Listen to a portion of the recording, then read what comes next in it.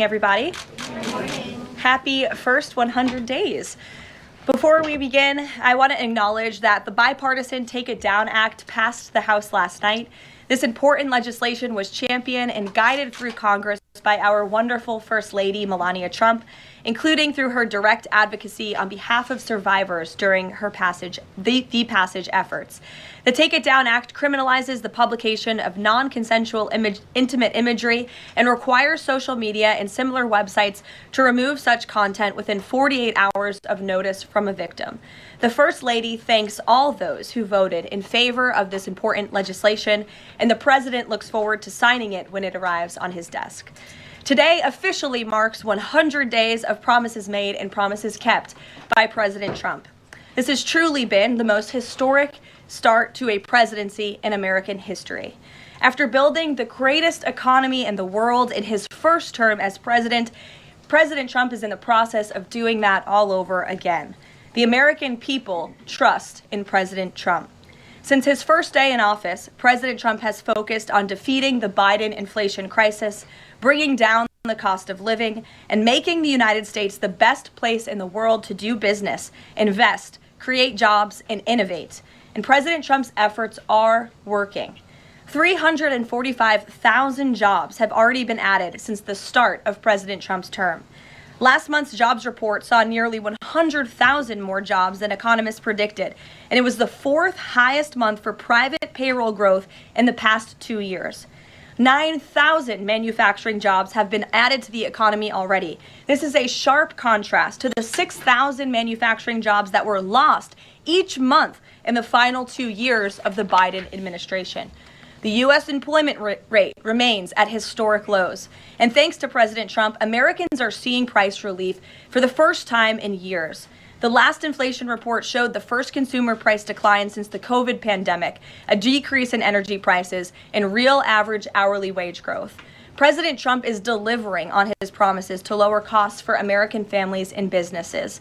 Prices across the board for everyday goods have seen declines since this president was inaugurated. From airfare to used motor vehicles to prescription drugs, prices are dropping. In fact, last month's drop in the price of prescription drugs was the largest ever recorded. And after Joe Biden botched the response to the bird flu, President Trump and Secretary Rollins' aggressive plan have brought down wholesale egg prices more than 50% from Inauguration Day. President Trump ended Joe Biden's reckless war on American energy and fossil fuels and has restored American energy dominance. And Secretary Wright, Secretary Doug Burgum are working hard on that effort every single day. Oil and gas prices are now way down because of this bold approach. Gasoline prices down 7%. Energy prices are also down as well.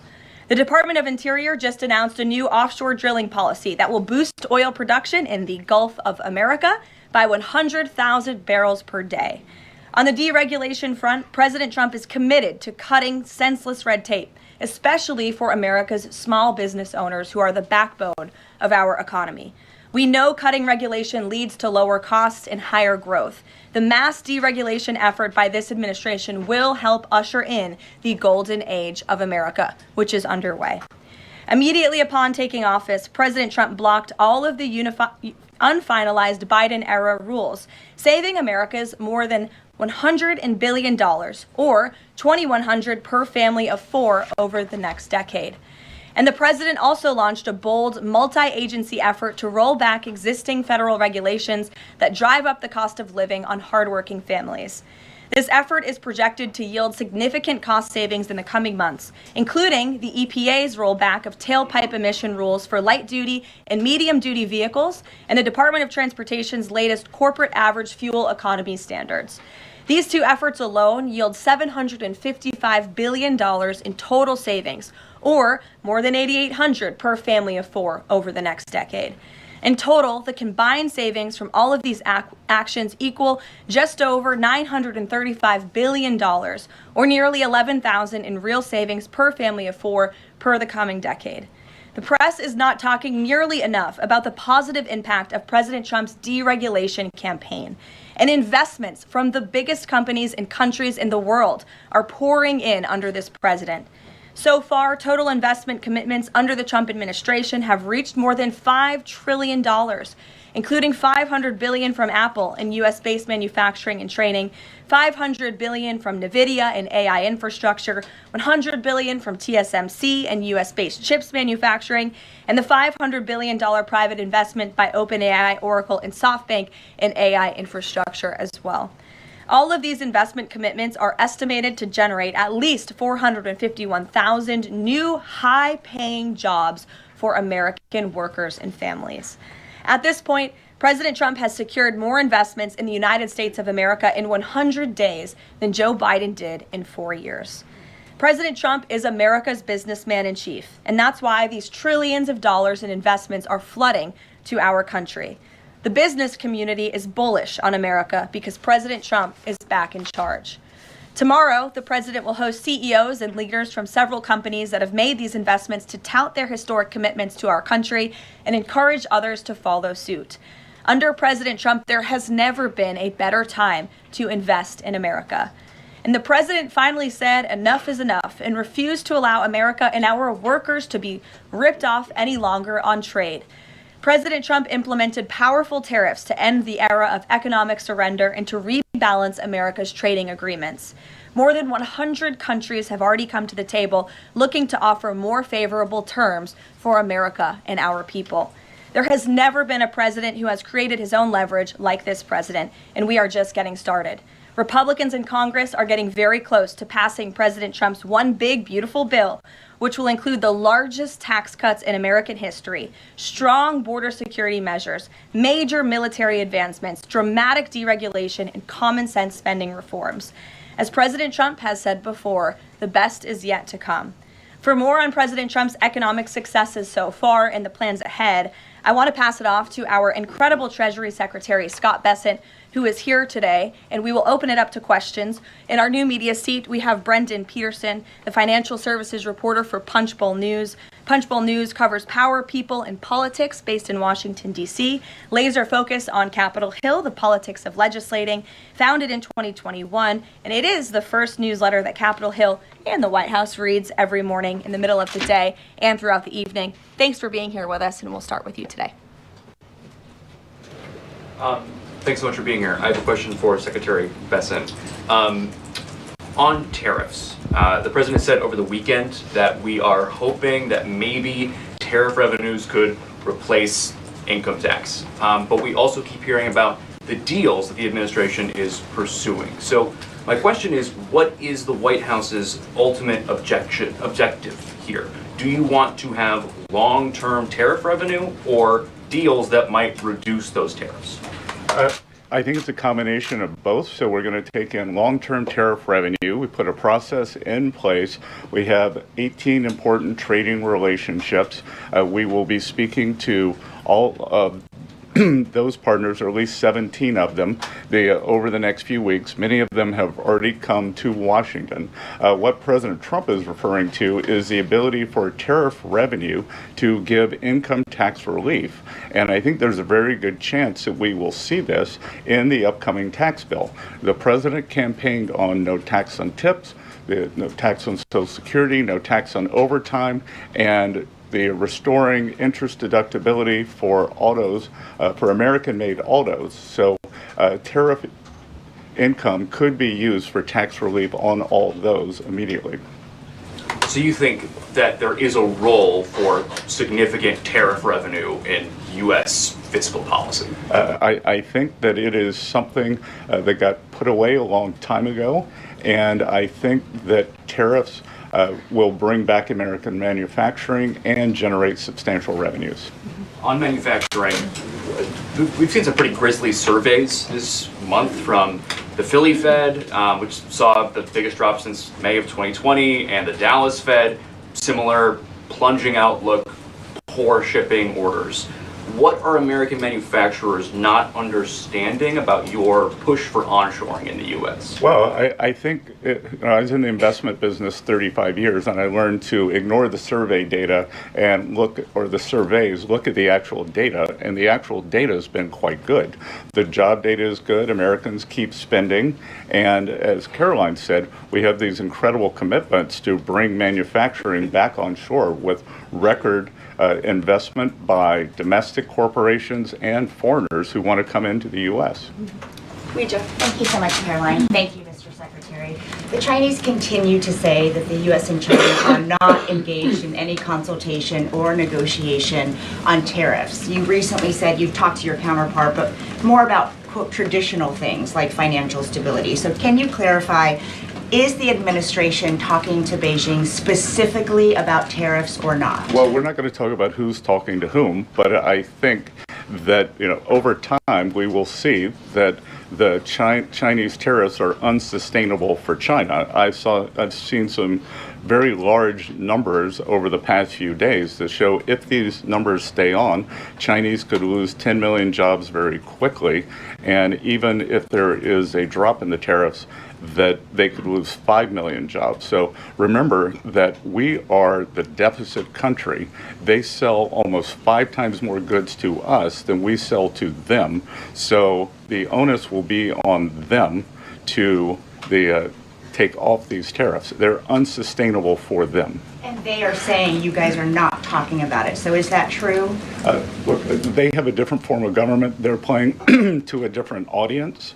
So I'm not going to get into the nitty-gritty, again, of who's talking to whom. But as I said, I believe for the Chinese, these tariffs are unsustainable. And very quickly, 2 days ago, you said you didn't know if President Trump had spoken to Xi Jinping. Do you know now? Again, I would say Caroline and I have a lot of jobs around the White House. Running the switchboard isn't one of them. Bloomberg, go ahead. Secretary Bissett, thank you so much for being here this morning. You've talked about the importance of giving investors certainty when it comes to the market, yet the Trump administration is continuing to negotiate several complex trade deals in a very sort of compressed time frame. When do you expect you'll be able to give the market some certainty around those deals? Do you have a deadline? Is it the 90-day pause? What are we looking at here? Good question. And I think one thing that has been a little disconcerting for the markets is, President Trump creates what I would call strategic uncertainty in the negotiations. So he is more concerned about getting the best possible trade deals for the American people. We had 4 years of bad deals for decades of unfair trading, and we are going to unwind those and make them fair. What we are doing is we've created a process. I think the aperture of uncertainty will be narrowing, and as we start moving forward announcing deals, then there will be certainty. But certainty is not necessarily a good thing in negotiating. Mr. Secretary, last night there were reports on the administration sort of walking back a little bit on the auto tariffs. Can you sort of just elaborate on that decision there and what we can expect going forward, and why sort of the shift in those auto tariffs? Well, President Trump has had meetings with both domestic and foreign auto producers, and he's committed to bringing back auto production to the U.S. So we want to give the automakers a path to do that quickly, efficiently, and create as many jobs as possible. Jasmine.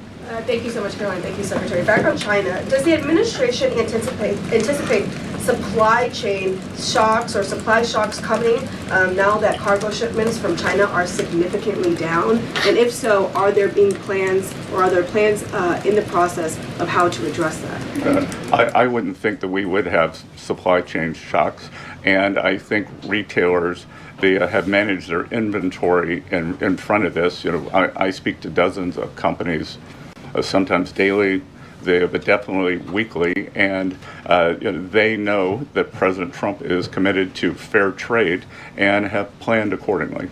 And then second question, can you outline the timeline for when you think some of these deals, particularly with your Asian countries like India, Japan, South Korea, you may have an announcement? I'm glad you brought up our Asian trading partners and allies.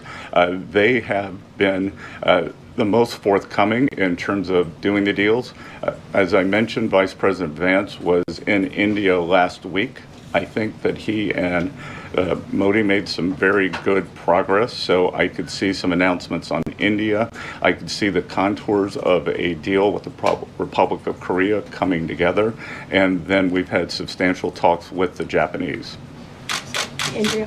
Yeah, as Secretary Bessent, just continuing on the path of the sort of like progress.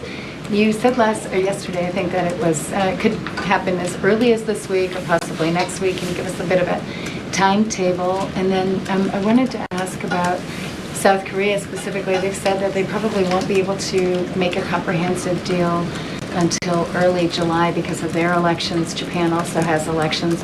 And to what extent are domestic factors complicating your efforts? Canada just had an election. You know, are you seeing that you might have to think about delaying the 90 days? Well, I would actually take the opposite tack, that I think from our talks that these governments actually want to have the framework of a trade deal done before they go into elections to show that they have successfully negotiated with the United States. So we are finding that they are actually much more keen to come to the table, get this done, and then go home and campaign on it. Sean? I'm sorry, did you have a comment on whether something could happen this week or next week? For a deal. So, you know, you said yesterday. Again, I think that we are very close on India. And in India, just a little inside baseball, India, in a funny way, is easier to negotiate with than many other countries because they have very high tariffs and lots of tariffs.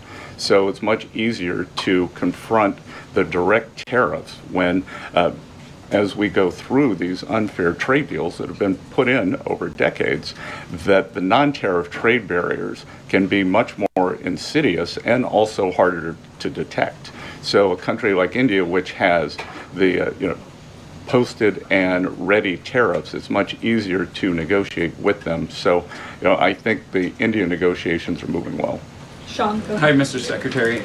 So it was reported this morning that Amazon will soon display a little number next to the price of each product that shows how much the Trump tariffs are adding to the cost of each product.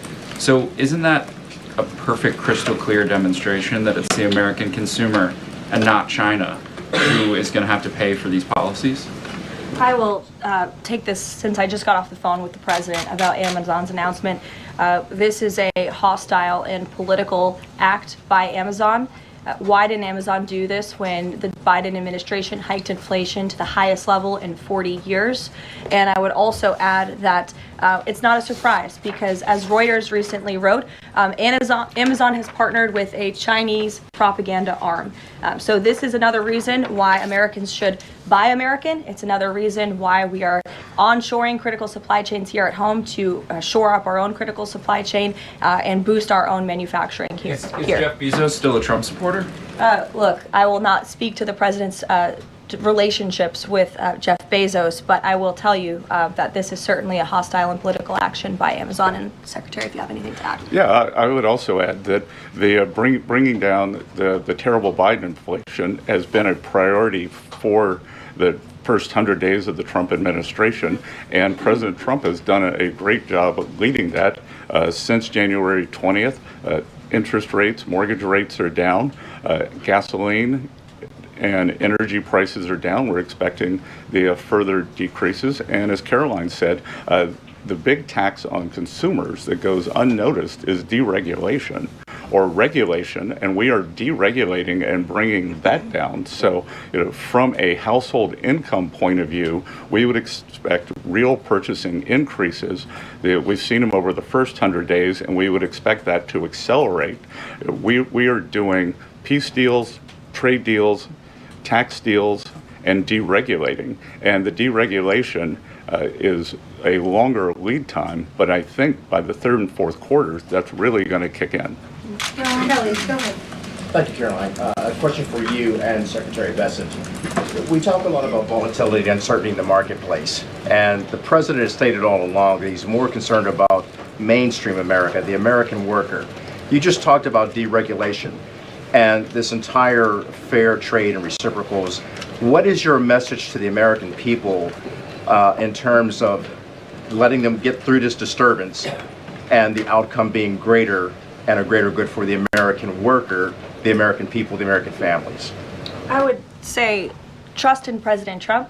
There's a reason he was reelected to this office. It's because of the historic success of his economic formula in the first term. And as I laid out at the beginning of the briefing, and the Secretary has talked about, and the President talks about every day, there's a proven formula that works. Massive deregulation, energy independence, and tax cuts, which are coming. And the Secretary is working very hard on that with our counterparts on Capitol Hill. If you want to talk about that, that's a huge deal to put more money back into the pockets of hardworking Americans. As for the fair trade deals the President is trying to negotiate, he's not just righting the wrong of the mess that he inherited from the past 4 years of the Biden administration. This is a mess that has been created for the past 4 decades that has sold out the middle class, that has moved jobs overseas. You think about our heartland, middle America, what towns used to look like, what they look like today. President Trump wants to restore the golden age, and it's a process to do that. And that process is underway, but he's put together a fantastic trade team. Secretary Bessent, Secretary Lutnick, Jamieson Greer, all working incredibly hard on this effort 24/7. But tax cuts are coming, and that's key. And Mr. Secretary, why don't you talk a little bit about that? Yep. So it's really a three-legged stool in the economic policy. It's trade, it's tax, and it's deregulation. So we are in the midst of addressing, as Caroline said, these long-term trade imbalances. The tax bill is going much better than I would have thought when I took office on January 28th, and that's through President Trump's leadership. That Speaker Johnson, Leader Thune are united. Speaker Johnson, we had a very good meeting yesterday with somebody called the Big Six, NEC Director Kevin Hassett, myself, Speaker Johnson, Leader Thune, Committee Chairman Jason Smith, and Senator Crapo.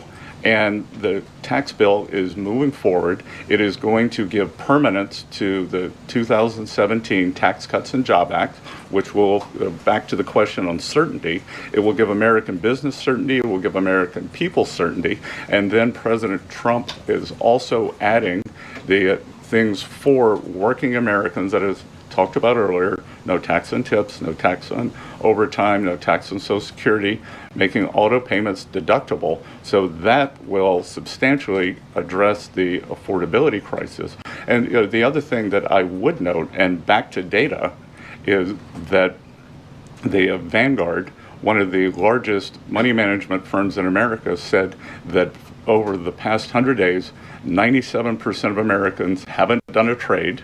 And in fact, individual investors have held tight while institutional investors have panicked. So individual investors trust, investors trust President Trump. Megan, in the back. Thank you both. Can you detail for us exactly what we should expect as far as relief on the auto tariffs front? And then further, Mr. Secretary, should we expect other industries to also get relief the way we've now seen for auto and tech as well? I'm not going to go into the details of the auto tariff relief, but I can tell you that it will go substantially toward reshoring American auto manufacturing. And again, the goal here is to bring back the high quality industrial jobs to the U.S. President Trump is interested in the jobs of the future, not the jobs of the past. We don't need to necessarily have a booming textile industry like where I grew up again, but we do want to have precision manufacturing and bring that back. And another important, very important function of this that does not get talked about enough is national security. President Trump, his overriding the concern and belief is that economic security is national security is economic security. And we saw during COVID that our supply chains got cut off. And we need to bring back a lot of those supply chains, whether it's in semiconductors, medicines, the steel, and we have to onshore those. So it's a combination of making trade free and fair and remedying this gaping national security hole that he was left with. If I could on China. I would just add, Megan, the President will sign the executive order on auto tariffs later today, and we will release it as we always do. Go ahead. Secretary, any updates on the negotiation with the European Union, and is it hard to negotiate with the European Union? Pardon? Do you have any updates on the negotiation with the European Union? I'm more involved in the Asian negotiations.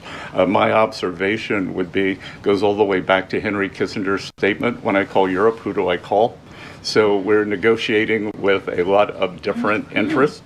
Some of the European countries have put on an unfair digital service tax on our big internet provider. France and Italy, other countries, Germany and Poland, don't have that. So we want to see that unfair tax of one of America's great industries removed.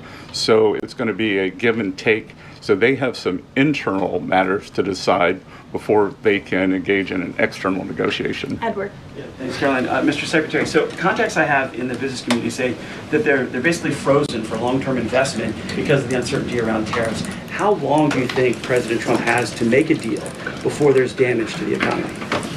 Look, I think that what we're seeing is that business leaders, they've gone into a pause, and I think we're going to give them great certainty on this tax bill.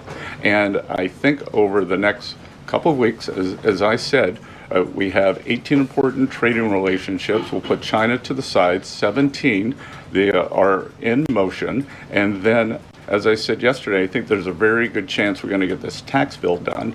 And the tax bill is going to be very powerful for domestic U.S. investment. So what we are going to do, one of the most powerful parts of President Trump's 2017 tax bill was full expensing of equipment. We are going to make that, as President Trump said in his speech to Congress, that will be retroactive to January 20th. The other thing that we are looking to add is full expensing for factories. So bring your factory back. You can fully expense the equipment and the building.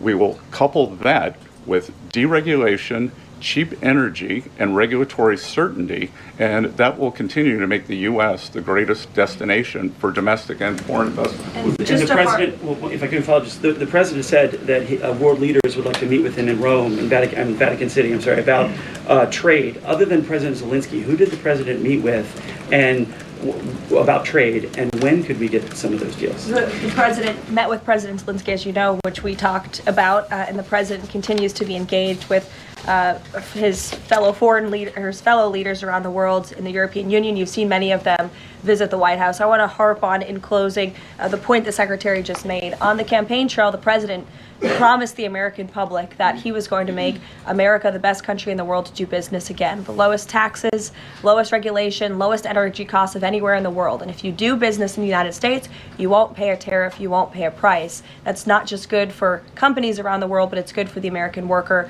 That's what this team is focused so hard on every day. We have work to do. The golden age of America is underway. But as I pointed out in the beginning, there's a lot of reason for the American consumer, the American CEO, the American small business owner to be confident and optimistic about this president and where we're headed. So you will hear more from the president himself later this evening. He is traveling to Michigan, as you all know. He'll make a stop at the Air Force Base with Governor Whitmer, and then we will head to a rally tonight where you'll hear more from him directly. So we'll see you in Michigan.